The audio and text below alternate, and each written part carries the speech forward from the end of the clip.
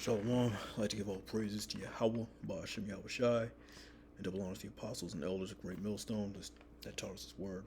I just got this article out of zerohedge.com. Just another example of least of the flock drawing them out. This Amalek, really pushing for a war with Iran. That's one of the last few prophecies left. So this is what we looking forward to. Because we want to keep that helmet of salvation, constantly up on our minds. That helmet. Think about salvation, but these things must come to pass before Yahweh Shai can come back and deliver his elect. But this is out of zerohedge.com entitled U.S. hints at preparing military option against Iran to Israeli officials. It's dated it's last Monday, August 29th.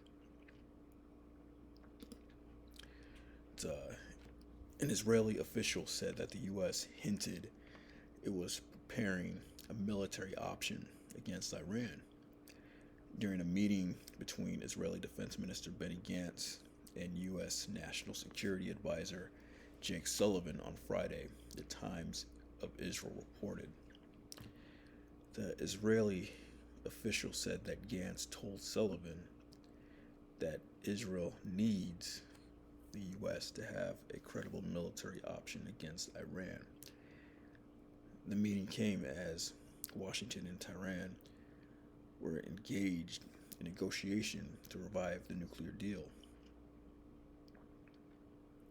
The official said that Gantz received good hints that the U.S. was preparing a military option.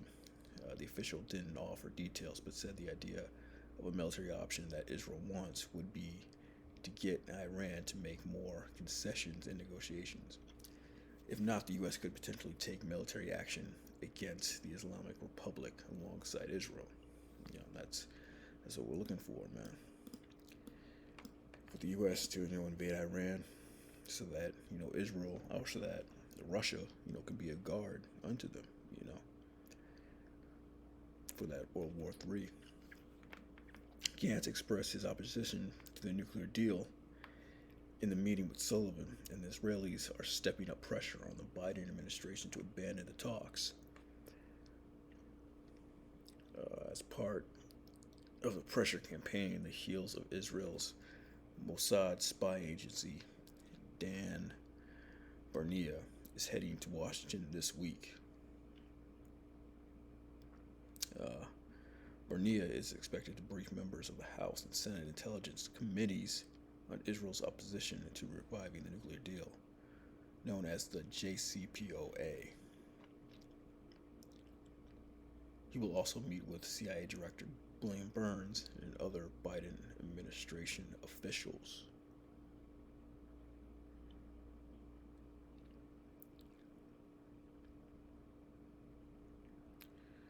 But yeah, least of the flock, drawing them out, trying to get this war with Iran started, and they need, the U.S. to back them up.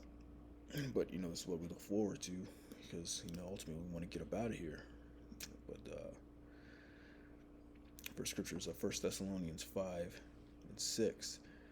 Therefore, let us not sleep as others do, but let us watch and be sober. So yeah, you gotta watch out for these news articles and what's going on around the world, because the day of the Lord is gonna come like a thief in the night. But they that sleep in the night, and they that be drunken are drunken in the night. They're the ones that don't have that knowledge, man. They're just unaware of what's going on. But let us who are of the day be sober, putting on the breastplate of faith and love, and for an helmet, the hope of salvation. You always got to think about that. That hope, watch and pray.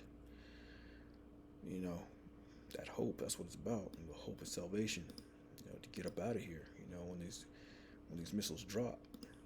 That way you can take part and be in that governing body of the kingdom, Those joint heirs with Yahweh Shai. so that for this right here, so that you can take part in this, in this time. This is Psalms 18:40. Thou hast also given me the necks of mine enemies, that I might destroy them that hate me. Yeah, you want to take part of that. You want to get that revenge, part of that elect. You just stomp out these other nations, man. They cried, but there was none to save them, even unto the Lord, but he answered them not. Then did I beat them small as the dust before the wind. I did cast them out as the dirt in the streets. Thou hast delivered me from the strivings of the people, and thou hast made me the head of the heathen. A people whom I have not known shall serve me. We want this to happen again in this time. We want to be a part of that, man. This is that hope, man. This is what we want, that rulership to be on top, in our rightful position on the planet Earth, because the Earth was created for our sakes,